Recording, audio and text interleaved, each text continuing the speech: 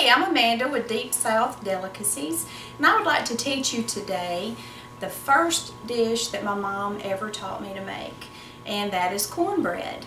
All good Southerners need to know how to make good cornbread, and it's very simple. There's only 3 ingredients. First thing we're going to do is I'm going to put a little bit of oil in my black skillet. This is the black skillet I've had since Ricky and I got married 30 years ago. So I'm going to put a little bit at the bottom here. I'm going to put it in a preheated 450 degree oven to let that be getting hot. I have white cornmeal that I use, self-rising only. I'm going to use about 2 cups of cornmeal, and then you'll need a little bit more to sprinkle the bottom of your pan. Okay. 1 egg. I'm going to crack this egg inside of a small bowl first to make sure I do not have any shells. And we'll add that right in. And then I have buttermilk. Now you can use whole buttermilk, but I use low-fat buttermilk. You can also use any kind of oil in the bottom of your pan that you would like. But even though cornbread is not a healthy dish necessarily, I have tried to make it a little bit better than what it originally was. So I use olive oil. So we're just going to stir this up, and what we're looking for is we want a thin consistency, but we don't want a watery consistency. It used to drive me crazy when my mama would try to tell me how to make a recipe, and she wouldn't have anything written down. She wouldn't have the amounts that I needed or even all the ingredients. And she would say, well, I don't know. I just put a little of this and a little of that.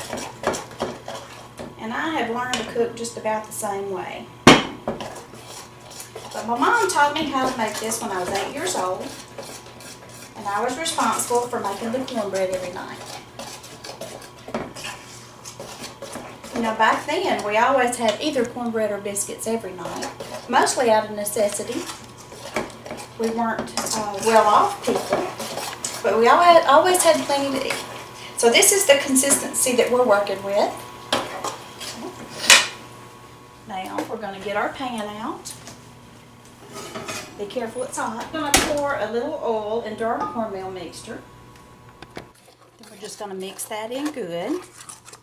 This actually gives a very good crunch to the outside of your cornbread while making the inside of the cornbread very moist. Next, we're going to sprinkle our pan with just a little bit of cornmeal. That'll keep it from sticking, and that'll also promote a very good crunchy crust. I'm just going to work that oil around so that we won't have any of the bare corn flour mixture. And now we're just going to pour this over into our pan. You know, in the South, food and family go together. Food and memories go together. Let's put this right here at 450 degrees, and it will bake until it is golden brown. So I'm checking on my cornbread. I touch the middle just to make sure that it feels firm. It doesn't feel wet or soggy in any way. Now it's time to put it back in, and I'm going to turn it on broil. So I've got that on broil. And it shouldn't take but just a few more minutes, and the top will be good and golden brown, and it'll be time to turn out our cornbread. Now it's time to take the cornbread out of the oven. It's good and golden brown on top. So make sure that you have a pot holder or a cloth. This is very hot. Give it a little shake just to make sure it's not going to stick. And there you go, the perfect pan of cornbread. Our word for the day is pone, P-O-N-E. That's a southern term. Instead of a skillet or a pan of cornbread, we always called it a pone of cornbread. Let me show you how to properly cut cornbread. Now this is not a cake. I know some people like to cut in wedges, but our cornbread at home, we always started with 1 cut in the middle, and then we just sliced across, just like that. Everybody gets a nice piece of cornbread with their vegetables, just like that.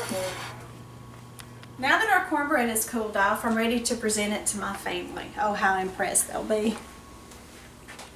my cornbread? Where's my cornbread? Ricky! What? Cornbread, yeah.